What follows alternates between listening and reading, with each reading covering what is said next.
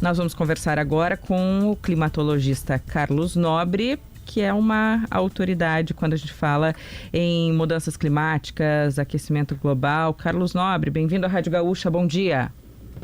Bom dia, um prazer conversar com vocês.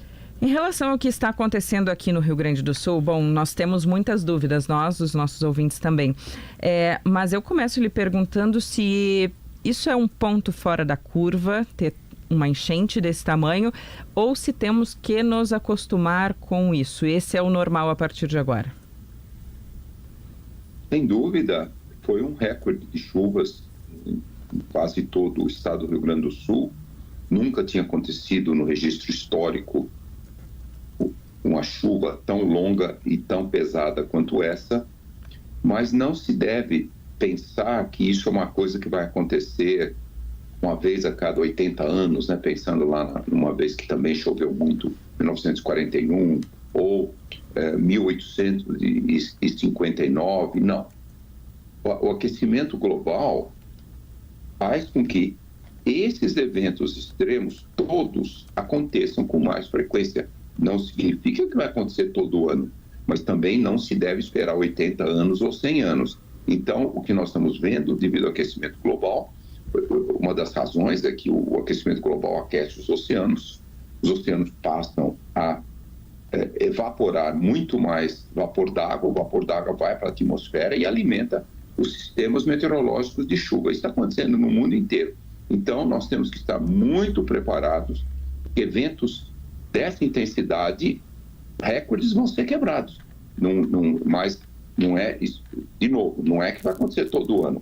Agora, se nós continuarmos a aquecer o planeta e lá no final do século a temperatura tiver 3 graus mais quente do que antes, agora ela está 1,5 graus, aí nós temos que estar muito, muito preparados, porque aí sim, eventos dessa natureza vão acontecer praticamente uma vez por década. O Rio Grande do Sul tem esse contraste, né? Nós estamos vivendo agora a pior enchente da história. E, ao mesmo tempo, todos os anos quase temos estiagem. Então, no final do ano, início do ano seguinte, aqui se discute irrigação, a necessidade de construir açudes, a necessidade de alagar áreas. Agora mesmo tem uma lei para construir açudes em áreas de preservação permanente, porque temos o problema da seca todos os anos que prejudica a agricultura. Esses fenômenos também, ao mesmo tempo, o senhor falou, no planeta todo, não é só o Rio Grande do Sul. Também tivemos recorde de calor no ano passado na Europa, nos Estados Unidos, no Canadá. Esses contrastes que vivemos aqui no Rio Grande do Sul, pelo que se encaminha, pelo que o seu conhecimento, eles também serão frequentes. Não é o fato de ter chovido esse horror agora que vai nos livrar de uma estiagem lá na primavera ou no verão. Todos os eventos extremos climáticos estão se tornando mais intensos e quebrando recordes. Não é só chuvas intensas. Chuvas intensas, ventos muito severos, por exemplo, hoje tem rajadas de vento aí muito fortes no Rio Grande do Sul, e secas, também batendo recordes, e também ondas de calor. Por exemplo, tivemos o recorde de seca da história da Amazônia, de boa parte do Cerrado, de 2023-2024. Tivemos o recorde de seca da história do Rio Grande do Sul, 2021, associado com o fenômeno no Oceano Pacífico. O oposto do fenômeno El Niño é o fenômeno Laninha. Agora, no segundo semestre, se desenvolve o fenômeno Laninha, está terminando o fenômeno El Niño agora, maio, junho, e no segundo semestre começa o Laninha. Ainda não, as previsões não conseguiram dizer se este Laninha será tão forte quanto aquele mais longo Laninha da história, que foi 2020, 21 e 22, que durou até o começo de 2023 e bateu todos esses recordes de seca no sul todo do Brasil, especialmente no Rio Grande do Sul. Então, sim, com o Laninha, tem que se preparar, o Rio Grande do Sul tem que se preparar, que é muito provável que haja seca. Ainda não se sabe o grau dessa seca, se será uma super seca, se vai ser mais seco do que 2021, mas tem que se preparar realmente para final de 2024 deste ano e pelo menos o primeiro semestre de 2025 para chuvas abaixo da média. O quanto do que aconteceu aqui no Rio Grande do Sul é algo que foi provocado por nós mesmos e o quanto é algo que faz parte do que o mundo inteiro, do que o país todo provocou? E eu pergunto isso até para a gente projetar o que precisa se fazer para, quem sabe, frear esse movimento das mudanças climáticas e os fenômenos climáticos se tornarem tão extremos. Sim, sem dúvida. Por exemplo, quando a gente vê países que estão implementando soluções para serem mais resilientes a esses fenômenos de chuvas muito intensas e volumosas, tem, por exemplo, o que se chama esponja urbana natural. Tem a esponja de infraestrutura para absorver excesso de chuva, colocar em piscinas subterrâneas, isso é a esponja de infraestrutura. Mas o que muitos países estão fazendo, na China, Coreia do Sul, Taiwan, países europeus, Holanda, França, é a chamada esponja urbana com vegetação. Então, por exemplo, se a maior parte das áreas, das matas ciliares aí de todos esses rios do Rio Grande do Sul não tivesse sido desmatado, também nas encostas tivesse mantido a floresta, a Mata Atlântica, o Pampa, aí o solo teria absorvido muito da chuva e essas enchentes teriam aí na faixa 20% a 30% menores. Lógico, foi o recorde de chuva, sempre haveria, mas seria muito menor. Então, o que também como uma busca de adaptação a esses extremos que agora vão acontecer, como eu falei, é também fazer a chamada restauração florestal, principalmente nas margens dos rios, nas encostas. Então, uma grande restauração florestal nessas áreas muito críticas. Isso vai diminuir, sem dúvida, a gravidade dos próximos eventos. Eles não serão totalmente eliminados, porque esses recordes agora não voltam mais para trás. Mas é muito bom buscar essas soluções que vários países já conseguiram, que é a chamada esponja, a esponja natural, ou nas cidades a esponja urbana. E também, fazendo restauração florestal nas cidades, é muito importante por várias razões. O Brasil é um dos países com menor quantidade de florestas nas cidades. É que, além de segurar mais a água, aquele solo com a floresta, a água percola, entra, não corre direto para a rua, para a avenida, e alaga e depois vai para os rios. Então, isso é muito importante. Mas também a restauração florestal, ela baixa a temperatura, ela baixa, por exemplo, a cidade de São Paulo, que é a cidade que tem a maior chamada ilha de calor urbana, né? Excesso de concreto, de asfalto, aumenta muito a temperatura.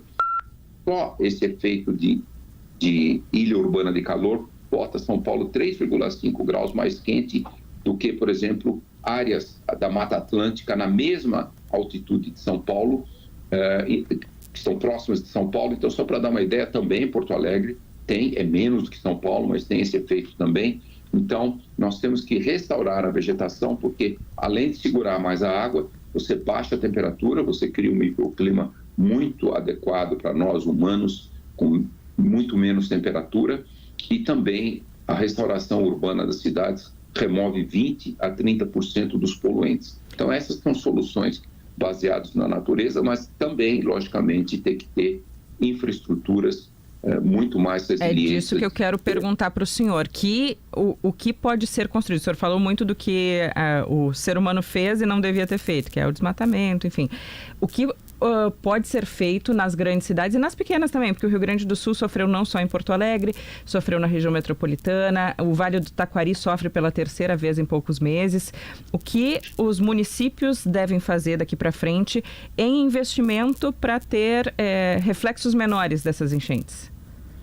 Bom, sem dúvida, como eu falei, tem que ter o que a gente chama esponja urbana, tanto do ponto de vista de infraestrutura, sistemas aí para captar água. Em muitos lugares tem que ser feito um piscinão subterrâneo para a água correr ali, ficar ali e depois que acabar toda a enchente, você puxa com bombas muito eficientes essa água e volta para os rios. Então, isso tem que ter, lógico, como nós vimos aí no Rio Grande do Sul, o gigantesco número de pontes que caíram, de deslizamentos que levaram estradas. Então, é um enorme trabalho de melhorar muito a infraestrutura. Por exemplo, para melhorar muito a infraestrutura desses deslizamentos que derrubaram, carregaram estradas, tem que reflorestar as encostas desmatadas e principalmente também o topo do morro. Muitos desses deslizamentos se originam em áreas desmatadas no topo dos morros. Então, essas são todas as infraestruturas que têm que ser feitas em todo o estado do Rio Grande do Sul. Então, esse é um enorme desafio, mas não tem como fugir mais. Isso é no mundo inteiro, no Brasil inteiro, mas agora esse exemplo desse evento extremo no Rio Grande do Sul mostra que o governo federal, o governo estadual do Rio Grande do Sul e os governos de todos os municípios têm que investir muito agora. Olha, nós estamos falando aí, esse valor é centenas e centenas e centenas de bilhões de reais em melhorar totalmente a infraestrutura e também fazer essas grandes esponjas urbanas de vegetação para diminuir muito o risco dos próximos eventos extremos que, sem dúvida, acontecerão. Professor, os negacionistas sempre aparecem nessa hora, né, quando a gente conversa, dizendo, mas em 1941 não tinha desmatamento e teve aquela enchente que até então era a maior de todas no Rio Grande do Sul. Outros dizem, mas vários problemas que nós tivemos foi deslizamento de morros que tem a mata nativa ainda, inclusive parte da Mata Atlântica. E ainda um terceiro grupo, né, pergunta, que não é negacionista neste caso, né, se com o assoreamento dos rios, que veio muita terra com essa chuva, muita terra das lavouras, e os rios vão ficando cada vez mais cheios e, portanto, as enchentes serão, tudo indica, cada vez mais frequentes. Se um grande programa de desassoreamento dos rios poderia entrar nessa lista de soluções. Sem dúvida, também, né? Então, em primeiro lugar, em 1941 foi um evento extremo, não foi um evento com o mesmo volume, com a mesma área, que é esse evento agora, que foi o recorde, e esses eventos, certamente, eles sempre aconteceram no planeta. A gente tinha um evento dessa natureza na faixa aí de uma vez a cada 100 anos, 200 anos, e é lógico que agora estão se tornando muito mais frequentes. Em 1941 também, a maior parte da Mata Atlântica já tinha sido desmatada em todo o Brasil, e inclusive no Rio Grande do Sul, não tanto quanto hoje, mas já tinha um grande desmatamento, e foi um volume de chuva muito menor do que esse agora. Mas, de qualquer modo, é preciso fazer a restauração florestal, e também porque muita área foi desmatada, e esse fluxo de erosão do solo foi muito grande, e também as matas ciliares foram praticamente todas eliminadas. Portanto, quando chove muito, essa água corre e faz a erosão, leva tudo isso para os rios, e sim, aquele sedimento fica nos rios, aumenta o nível dos rios. Também a busca de soluções para infraestrutura sustentável, nada trivial, nada fácil, mas sim, é muito importante também fazer os rios ficarem mais profundos. Então, também essa é uma das buscas de soluções sustentáveis aí para todo mundo, e certamente o Rio Grande do Sul, já que vem sendo afetado o ano passado, já tinha batido o recorde dessas chuvas e agora bateu o grande recorde da história do Rio Grande do Sul. Tem se discutido aqui sobre mudar o urbanismo, mudar a disposição dos lugares dentro das cidades, rever algumas posições geográficas das próprias cidades.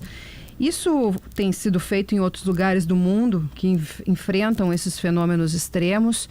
Como é que o senhor avalia? Como é que poderia se repensar isso? E também, assim, onde as pessoas morarem? Porque, tradicionalmente, até as cidades se formaram próximas dos rios, porque isso era uma medida de progresso econômico, inclusive, a proximidade da água e até, né, também de arquitetura, de urbanismo. Como as cidades devem se repensar agora?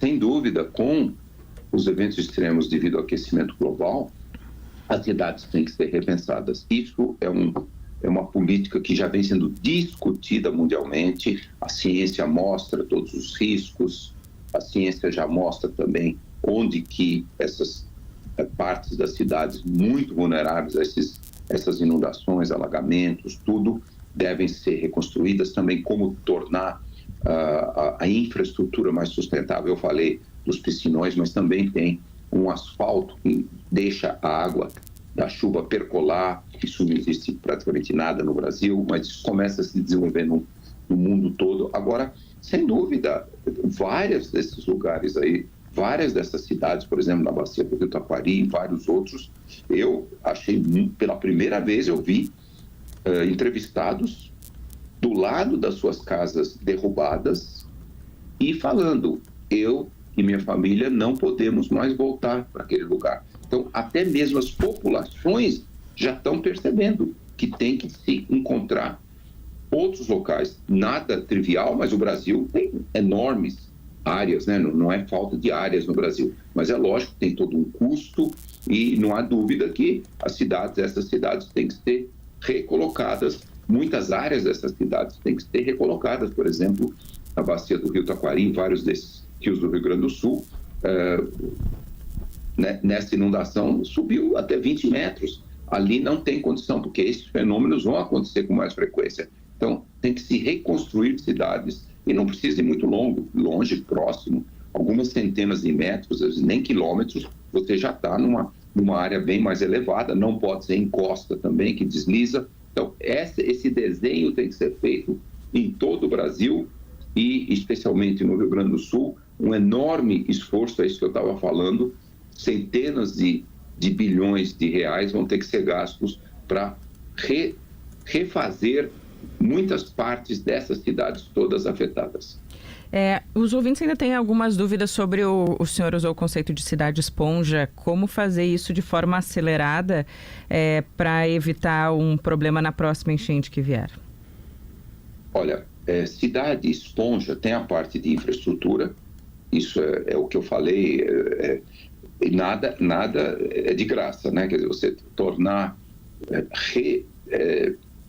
o asfalto, né? Reasfaltar com asfalto que permite a água percolar, isso é muito caro, nada fácil.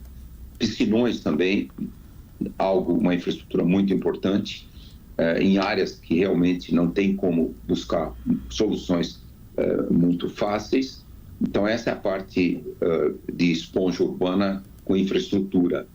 Mas também, o que eu falei, a grande restauração das matas ciliares, das encostas, e as vegetações levam muitos anos, né? Depois que se plantar, por exemplo, lugares de Mata Atlântica, isso pode levar, talvez, aí numa faixa de 5 a 10 anos para já ter crescido o suficiente de começar a absorver água. Então, mas isso é importantíssimo, não há como não buscar essas soluções. Até porque boa parte da mata ciliar foi embora agora com essa enchente, né? A enchente levou e nós tivemos, a gente vê aqui em Porto Alegre, no Guaíba, chegam árvores, troncos enormes de árvores que vieram pelo caminho e isso vai ter que ser recuperado. Professor, tem uma discussão muito forte no Rio Grande do Sul sobre o escoamento da Lagoa dos Patos, que ele sai por um canal estreito lá em Rio Grande e muitas pessoas acham, de uma forma bastante simplista até, que olha no mapa ali, rasga um canal mais para cima, joga essa água no oceano e resolve. Qual é o risco que se corre com medidas que se tomam, assim, às vezes meio de afogadilho? Não que os governos estejam pensando nisso, mas que as pessoas acham que é uma solução e que pode ser um problema maior. Olha, essa área, eu de fato não sou um cientista dessa área, mas aí eu vou estar junto com as posições dos estudos da Universidade Federal do Rio Grande do Sul, o Departamento de Hidrologia, de Oceanografia, e eles criticam muito essas soluções que foram propostas de aumentar muito a lagoa, a área lá, que é a Lagoa dos Patos, a Laguna dos Patos, né, como se chama, que chega no oceano. Então, eu concordo com a análise muito científica e muito bem feita pela Universidade Federal do Rio Grande do Sul, que tem que se tomar muito cuidado de buscar essas soluções, às vezes, de engenharia, que podem trazer outras consequências muito graves. Então, eu acho que isso precisa ser muito melhor debatido e também prestar muita atenção nos estudos que a Universidade Federal do Rio Grande do Sul fez, que indicam os riscos de buscar essa solução. Nós lhe agradecemos, Carlos Nobre, cientista. O senhor é guardião planetário, isso é muito legal, hein? Até para explicar para os nossos ouvintes aqui, que título interessante, né? Muitíssimo obrigado pela oportunidade e continuem firmes aí no Rio Grande do Sul para restaurar tudo e tornar o Estado muito mais resiliente aos extremos climáticos. Muito obrigada. Climatologista Carlos Nobre, ele é engenheiro eletrônico pelo Instituto Tecnológico de Aeronáutica, doutor em meteorologia lá nos Estados Unidos pelo MIT.